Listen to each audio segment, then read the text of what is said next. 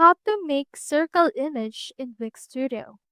So I have in here this particular image. First things first, select it. And then from in there, we have in here this new editor options.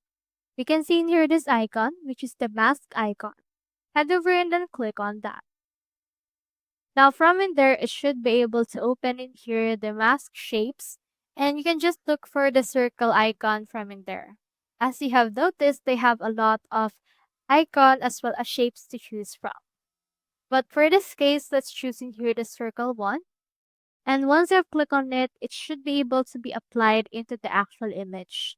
So you can also resize your image in order to make this much more circle than we have needed. Now from in there, as you can see, the image is now circle and you can actually save it and then publish it into your website. So that's how you make circle image in Wix Studio. Hope we helped.